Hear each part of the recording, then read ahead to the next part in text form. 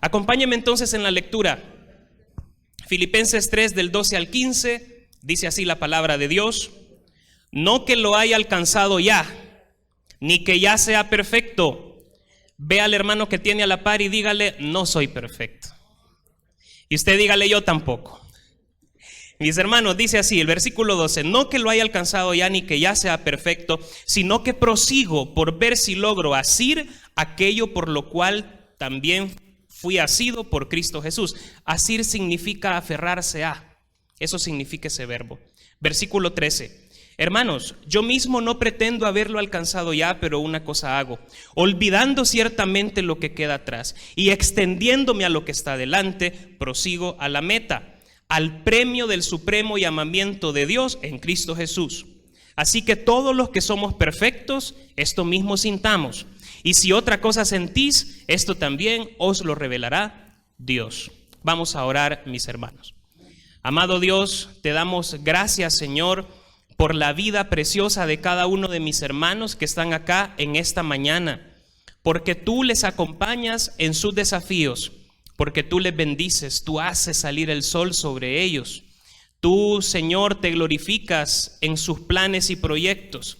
Y sin duda alguna, Señor, tú les hablas a sus corazones, estás en sus hogares. Y yo quiero pedirte, Señor, que esas bendiciones que mis hermanos están anhelando y por las que ellos buscan tu rostro, que tú puedas enviarlas a su tiempo. Bendito Señor, esta palabra la ponemos en tus manos para ser bendecidos a través de ella. En el nombre poderoso de Jesús oramos. ¿Y cómo dice el pueblo del Señor? Amén. Bien, hermanos, fíjense que en este texto Pablo está hablando del conocimiento de Jesús y él era bien humilde. Pablo era un hombre muy humilde. Era humilde, hermanos, porque conocemos que tenía un trasfondo académico muy grande. Él era fariseo. Sin embargo, hermanos, él nunca abusó de grandes títulos como maestro, rabí. No lo vemos en las cartas a él ufanarse pidiendo que le llamen maestro. De hecho, hermanos, él utiliza con mucha cautela el título de apóstol. Tanto así, mis hermanos, que siempre que él se llama a sí mismo apóstol, primero se dice siervo. O sea, es cierto que es apóstol, pero antes siervo.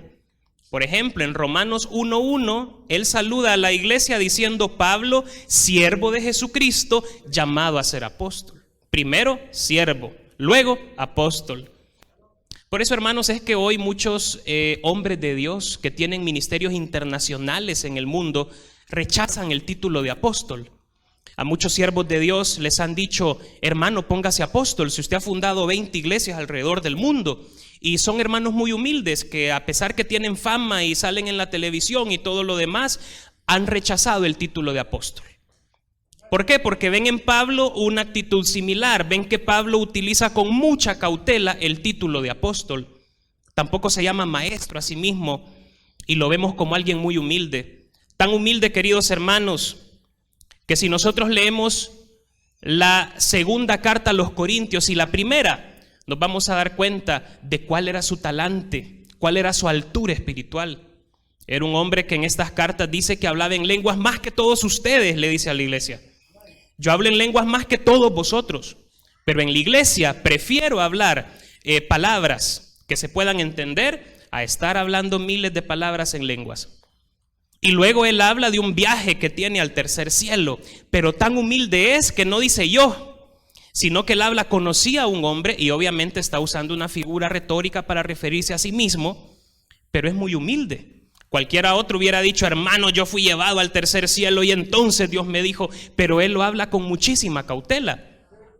Y aquí, siendo un hombre tan desarrollado en la fe, dice: no que lo haya alcanzado ya, ni que ya sea perfecto, hermanos. Dígame quién de nosotros acá es perfecto. ¿Quién de nosotros está maduro como ese aguacate que vimos nosotros? No estamos en ese proceso. No estamos así, pero estamos en un proceso por madurar, por crecer, por desarrollarnos y parecernos cada vez más a nuestro Señor Jesús. Entonces, de este texto que hemos leído, dos ideas son claras. Uno, dice Pablo, no que ya sea perfecto, no que lo haya alcanzado ya. Y segundo, prosigo a la meta. Yo sé que me falta mucho por crecer. Yo sé, queridos hermanos, que me falta hacer morir lo terrenal en mi vida, pero prosigo a la meta. Lucho día con día. Estoy dispuesto a seguir avanzando, porque de eso se trata la vida del creyente. Hermanos, y así como nosotros estábamos viendo el ejemplo de cómo se ven las señales que nos dicen que un fruto ya está maduro, pensemos, ¿cuáles son las señales que nos indican que un cristiano es maduro? ¿Será el tiempo que lleva congregándose? Posiblemente no. ¿Será que canta bonito y alaba a Dios y será incluso que habla en lenguas? ¿Será hablar en lenguas un síntoma de madurez espiritual? No estoy diciendo que no es un don precioso de parte de Dios, pero posiblemente hay personas que recién se convierten y Dios les da un don espiritual. Y eso no significa que sean maduros, son recién conversos. De hecho, yo he visto personas que recién se convierten y profetizan. Esas personas no son maduras. Y por el hecho que están profetizando, significa que Dios les ha dado un don, pero no significa que no tienen que pasar por un proceso de discipulado, de aprendizaje, someterse a su pastor. No significa que una persona solo porque hable lengua, solo porque profetiza, ya no se va a querer someter a su autoridad, porque entonces mi autoridad es Dios. Entonces estamos ante una persona inmadura. ¿Cuáles son entonces algunas señales de que un cristiano es maduro? Yo me puse a ver un montón de prédicas que encontré por ahí, y entonces yo veo 6 cosas. Se ha escrito mucho acerca de la madurez cristiana, hay libros de madurez cristiana, los pastores predican de ese tema durante todo el año, y yo he recopilado 6 indicadores que nos dicen si un creyente está maduro. Primero, no se ofende fácilmente y por todo. Primera característica de un cristiano que está madurando es que no se ofende fácilmente. Hermanos, ¿a quién le encanta ser exhortado? ¿A quién le encanta la retroalimentación? Sería bien difícil que una persona diga, hermano, por favor, exhórteme, venga y exhórteme. No que no existan en el mundo, pienso que esa es gente muy madura, la gente que pide ser exhortado.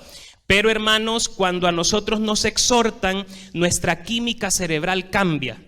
Definitivamente. Si yo le digo, hermano, le voy a dar una buena noticia. Quiero contarles una buena noticia. La química cerebral desata una serie de procesos que nos introduce en un estado de placer. Cuando yo le digo, pastor, le tengo una excelente noticia, antes que le diga la noticia, ¿qué siente usted? Siente placer. El cerebro nos mete en un estado de placer. Pero cuando le digo, hermano, venga, necesito exhortarle, con una cara jalada, ¿qué va a sentir usted? Se supone que las reacciones del ser humano son 2. Una se llama silencio y huida, y la otra se llama ataque. Entonces, cuando a uno lo quieren exhortar o lo están regañando, o huye o uno contraataca. Esas son las reacciones del ser humano. Pero ¿qué tanto necesitamos nosotros que nos exhorten, queridos hermanos? Necesitamos que alguien nos diga las verdades con amor. Hermanos, no seamos de cristal. Nosotros necesitamos que alguien venga y nos diga, mire hermano, quizás lo que usted está haciendo no es de Dios. Consúltele al Señor. Yo veo que lo que usted está haciendo, querido hermano, hermana, no está conforme a la palabra de Dios. Querido hermano, hermana, no se confunda, vaya a la palabra. Es decir, qué bonito cuando nosotros somos exhortados, porque significa que para el pastor o el líder espiritual que nos está exhortando, somos importantes. Les importa nuestra vida.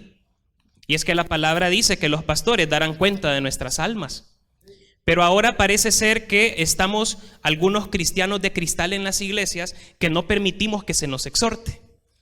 Porque pensamos, hermanos, que una exhortación es estarme diciendo de que estoy mal. En realidad, una exhortación quiere decir, puedes hacerlo mejor. Yo sé que tienes la capacidad para cambiar. Yo sé que tú puedes crecer. Queridos hermanos, los cristianos que tienen madurez no se ofenden fácilmente y por todo. Segundo, son personas consistentes, permanecen en una iglesia y en un ministerio. Ser consistente es una señal de madurez. Ser inconsistente es lo que Santiago habla de una persona que es variable como las ondas del mar. Y lo que pasa, hermanos, es que también vemos en las iglesias que hay muchas personas que porque han sido ofendidas se mueven de ministerio en ministerio. Son personas que no les gusta la retroalimentación, no les gusta que se les exhorte. Son personas que se ofenden fácilmente, muy fácilmente en una predicación identifican alguna cosa y dicen quizás lo dijo por mí. El pastor lo está diciendo por mi familia porque sabe nuestro caso y por eso mencionó eso en el púlpito.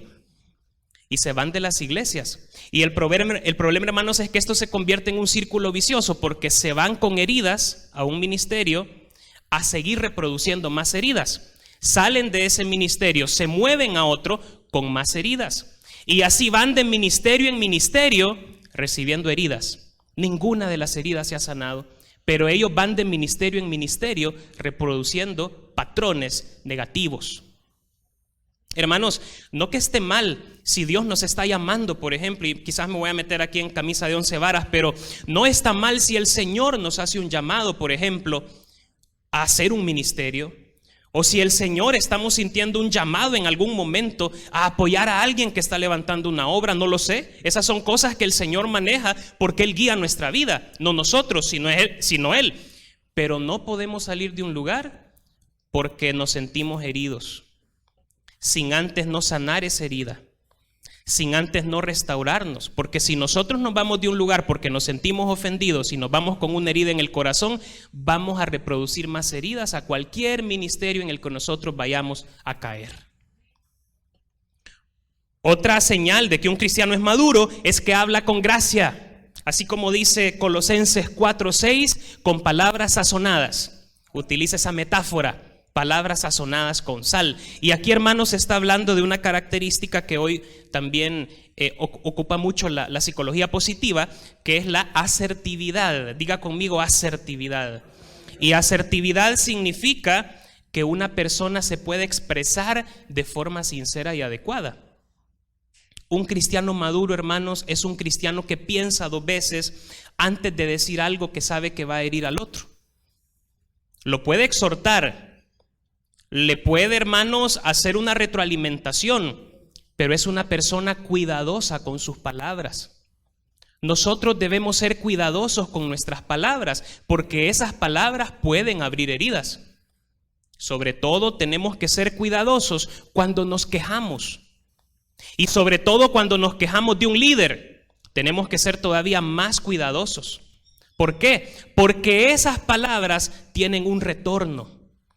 Cuando nosotros nos quejamos de algo con lo que no estamos de acuerdo, nos estamos quejando de un líder, esas palabras van y se reproducen y al final contaminan todo el grupo.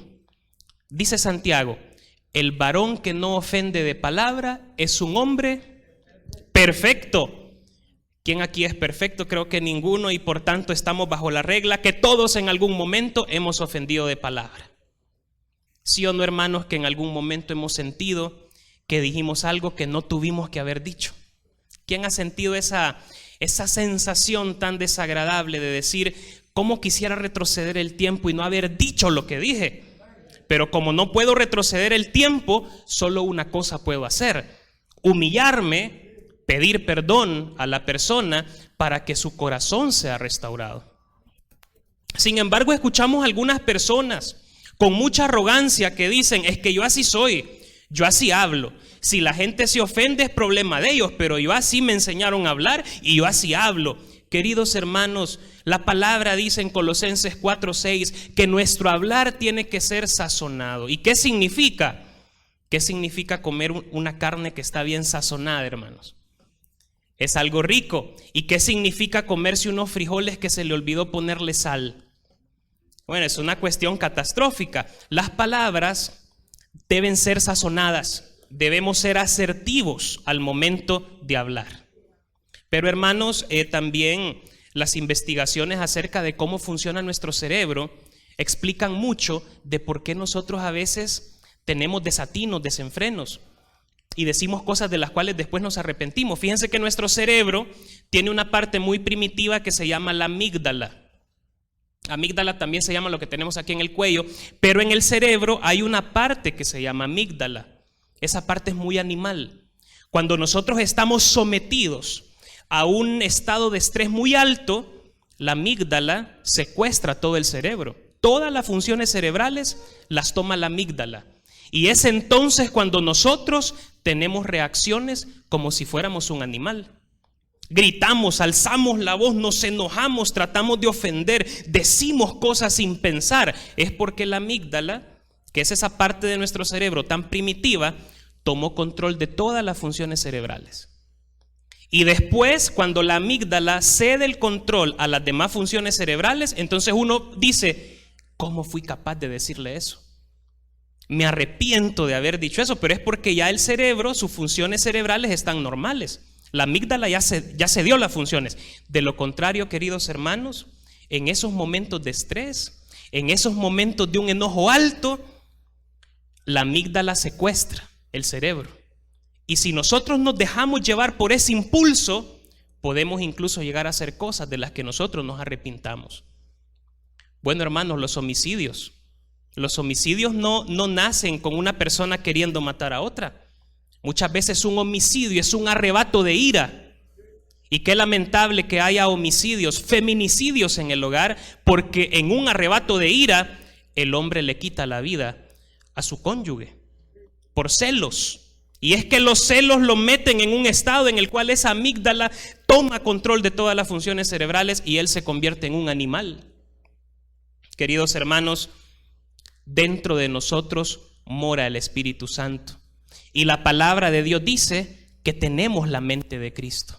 Y dice también que podemos llevar cautivo todo pensamiento a la obediencia a Cristo. Por tanto, nosotros como creyentes tenemos el pleno control de cómo funciona nuestra mente.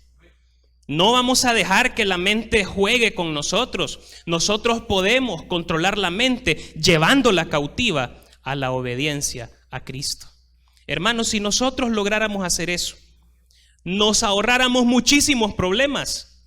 ¿Cuánta gente ha sido despedida de sus trabajos porque no saben controlar sus emociones?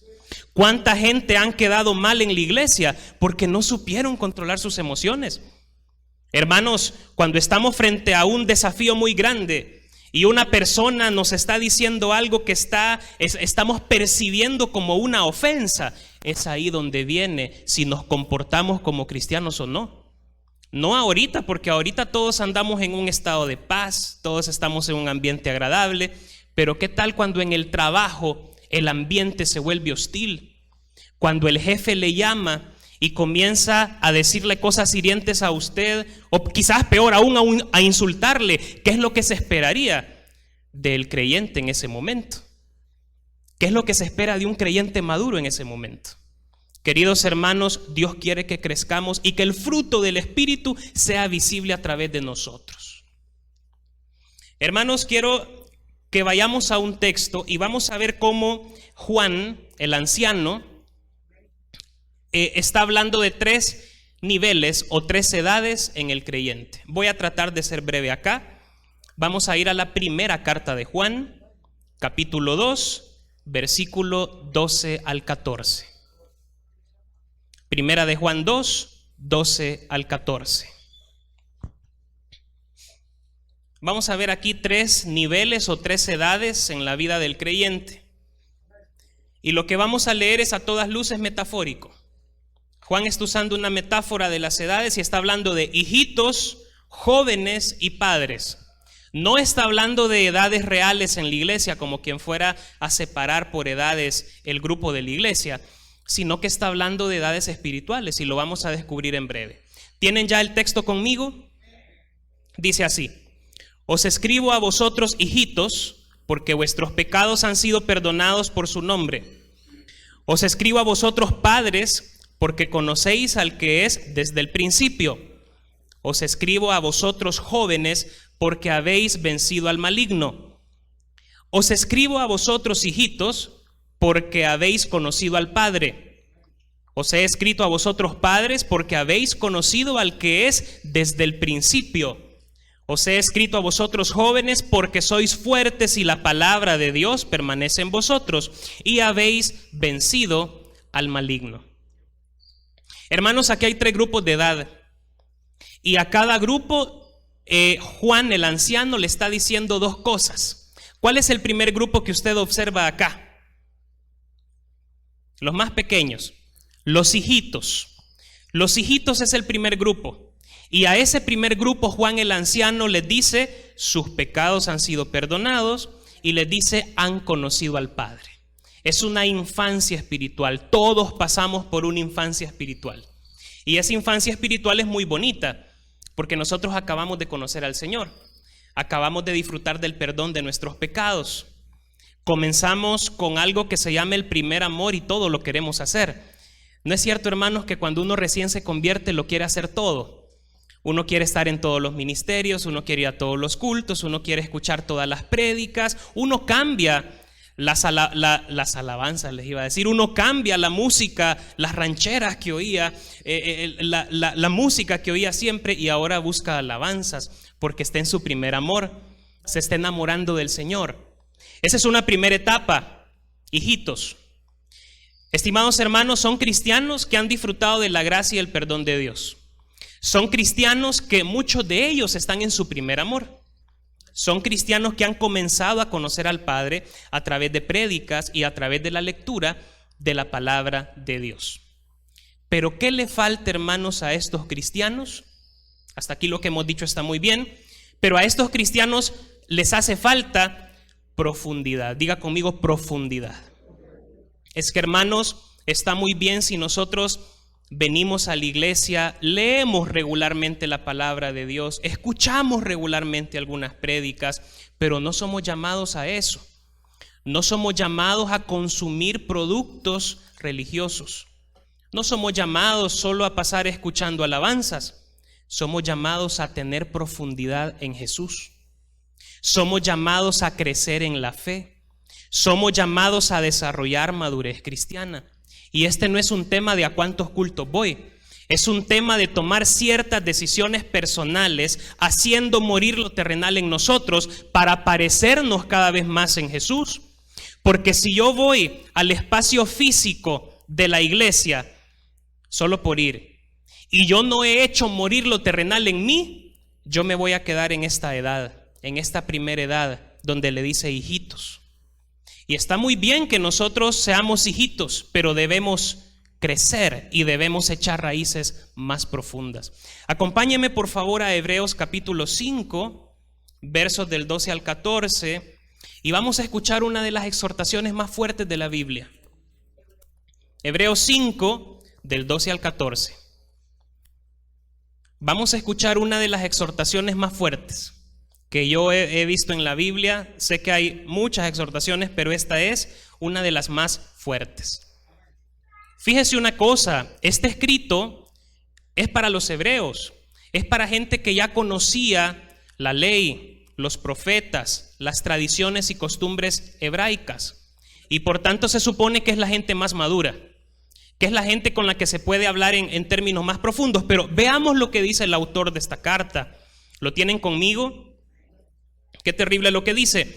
Porque debiendo ser ya maestros después de tanto tiempo, tenéis necesidad de que se os vuelva a enseñar cuáles son los primeros rudimentos de las palabras de Dios. Y habéis llegado a ser tales que tenéis necesidad de leche y no de alimento sólido. Y todo aquel que participa de la leche es, ¿qué cosa? Inexperto en la palabra de justicia, porque es, ¿qué cosa? Es un niño, le está hablando a niños espirituales. Pero el alimento sólido es para los que han alcanzado, ¿qué cosa, hermanos? Madurez, para los que por el uso tienen los sentidos ejercitados en el discernimiento del bien y del mal.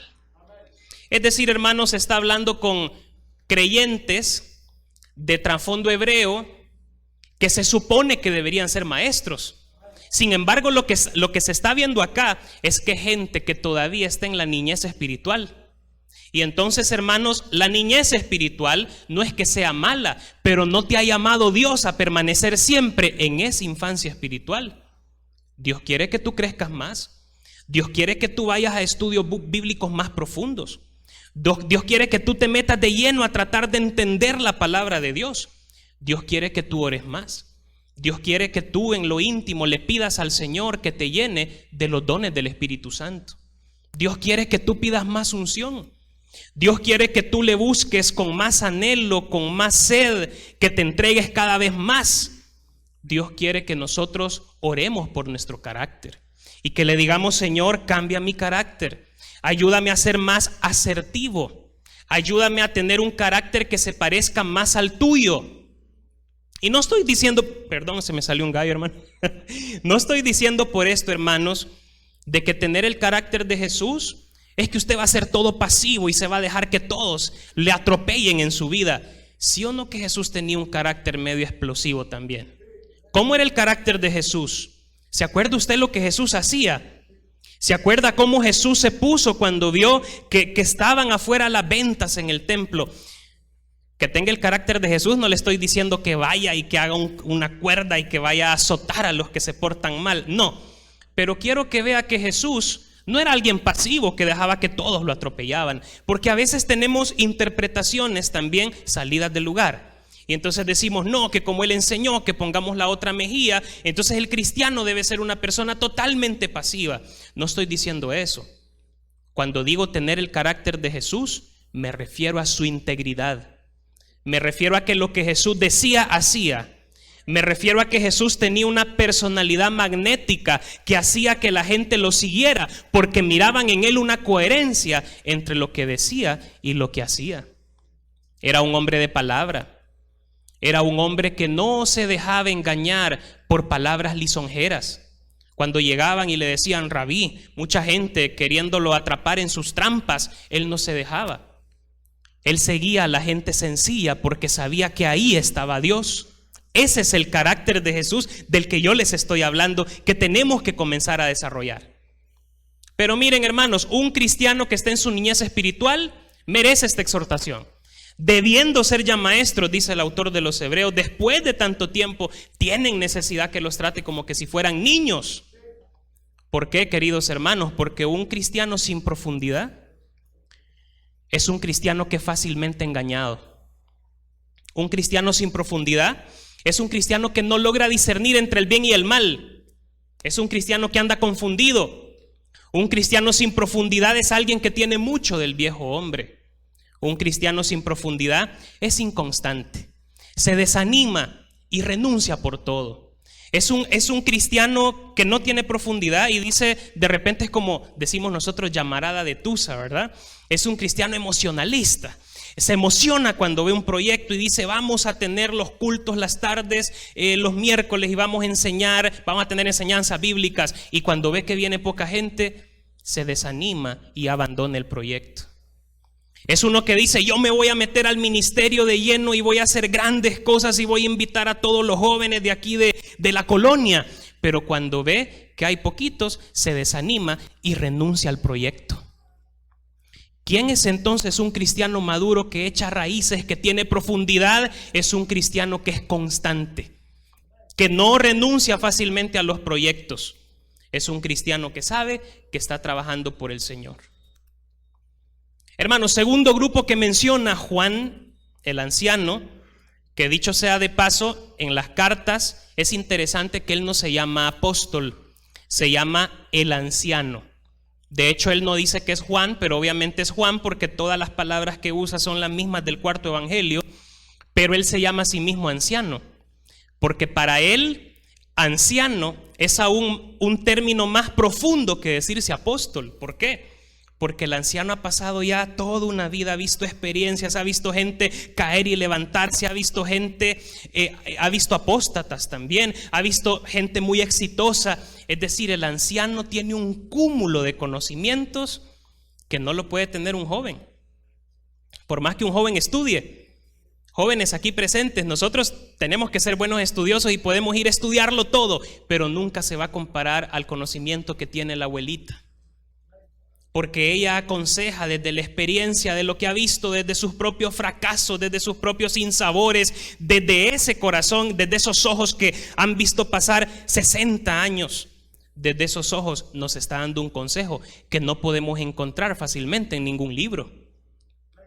Por eso es que la Biblia dice, delante de las canas te postrarás, dice en una versión. No porque vamos a hacer una reverencia a los ancianos, sino, hermanos, porque tenemos que ser consecuentes con los consejos de los abuelos, de la gente que ya vivió, de la gente que ya pasó por las cosas que nosotros estamos pasando hoy por hoy.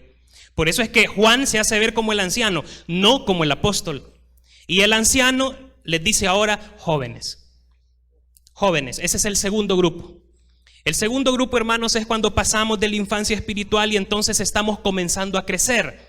Es una juventud espiritual. Y dígame usted, ¿cuáles son las características de la juventud?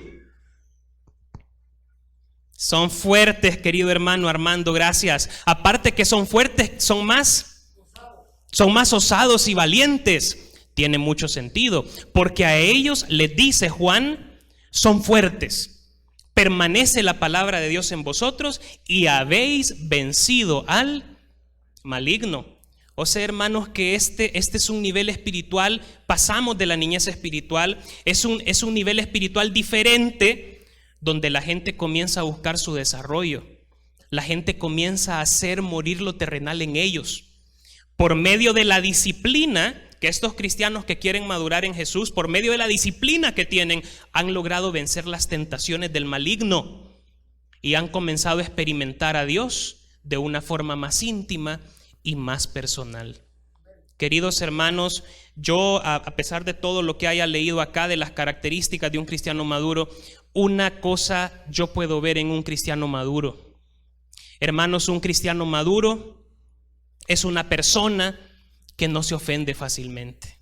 Un cristiano maduro es una persona que siempre tiene un consejo asertivo. Yo he visto en las iglesias, sobre todo, cristianos maduros que da gusto sentarse con ellos. Fíjense, hermanos, que otra característica que indica que un cristiano está madurando en la fe es liderazgo. Hoy se habla mucho de liderazgo, se escriben muchos libros de liderazgo, pero el liderazgo se puede resumir en una fórmula. El liderazgo es ejercer influencia sobre los demás. Eso es el liderazgo. ¿Quién es un líder? El que influencia a otros. Y ciertísimo que hay líderes buenos y líderes malos. No podemos negar, por ejemplo, que en el pasado el general Martínez fue un líder. No podemos negar que fue un líder. Agrupó a millones de personas intelectuales de la época, como Claudia Lars, Salarrué, el mismo Gavidia, los agrupó en torno a él. Era un líder, pero no podemos decir que era un líder digno de imitar. El líder es aquel que ejerce influencia. Y líderes hay de los que trabajan para el enemigo y están también los que Dios usa para transformar la realidad. Yo he visto en las iglesias personas que tienen esa personalidad magnética, que la gente quiere ser como ellos, que la gente se les acerca, que la gente les pregunta. ¿Por qué? Porque ejercen influencia. El líder es una persona que influye en los demás de forma positivamente. De modo que el líder se convierte en un ejemplo a seguir. El líder modela, no modelo de tarima, sino que el líder modela el carácter de Cristo. El líder modela cómo tenemos que actuar nosotros. Y sobre todo, hermanos, la gente espiritual, la gente madura, la gente que tiene liderazgo, se aprecia cuando son momentos de estrés, cuando son pruebas, cuando son épocas difíciles, porque son gente que su ánimo no cambia.